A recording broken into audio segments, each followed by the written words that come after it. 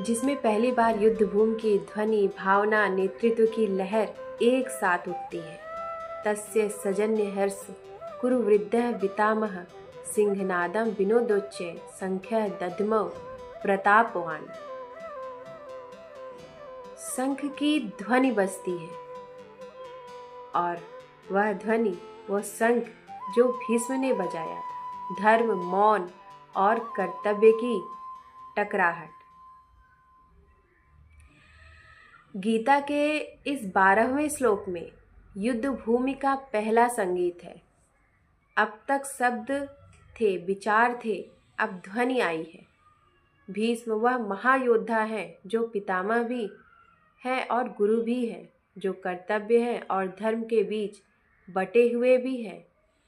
जब उन्होंने शंख बजाया, वह केवल युद्ध की शुरुआत नहीं थी, बल्कि मौन की पराजय का संकेत थी।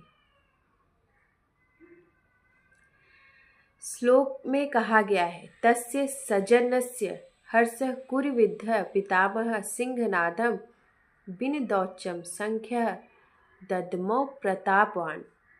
इसका अर्थ है कि कुरुवंश के वृद्ध भीष्म पितामह दुर्योधन के हर्ष को बढ़ाने के लिए सिंह के समान गर्जना करते हुए ऊंचे स्वर में अपना शंख बजाते हैं।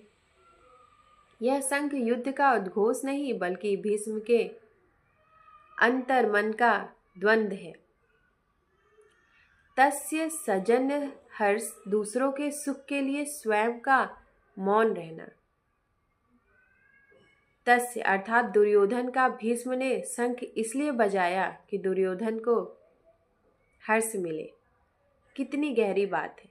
एक गुरु, एक पितामह, एक धर्मज्ञ व्यक्ति अपने अंदर के सत्य को दबाकर किसी और के अहंकार को प्रसन्न करने के लिए शंख बजा रहा है। यह वही स्तुति है जो आज हर युग में दोहराई जाती है।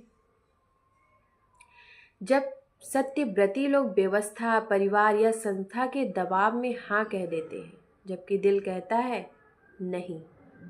भीष्म जानते थे यह युद्ध अधर्म का है, फिर भी बोले नहीं, बल्कि शंख बजाया, क्योंकि कभी कभी कर्तव्य का पालन विवेक की हत्या बन जाता है। कुरुवृद्धः पितामह अनुभव बनाम संकल्प। कुरुवृद्ध कुरुवंश के सबसे वरिष्ठ, सबसे अनुभवी, एक जीवन भर धर्म का पालन करने वाला व्यक्ति आज अपने अनुभव के बावजूद गलत पक्ष की आवाज़ बन जाता है। यह श्लोक हमें सिखाता है, अनुभव हमेशा विवेक नहीं लाता। कभी अनुभव व्यक्ति को जड़ भी बना देता है, क्योंकि वह पुराने वचनों, पुराने प्रणों से बंधा होता है। भीष्म की प्रतिज्ञा, हस्तिनापुर के सिंहासन की रक्षा, उन्हें विवेक की आज़ादी से वंचित कर देती है, और यही उनके भीतर की सबसे बड़ी त्रासदी है। सिंहनाद विनदोच्च है, जब साहस और विवेक में टकराव हो। भीष्म सिंह की तरह गर्जना करते हैं। सिंहनाद, यह गर्जना बाहर से साहस की प्रतीक लगती है, पर भीतर यह संघर्ष का शोर है।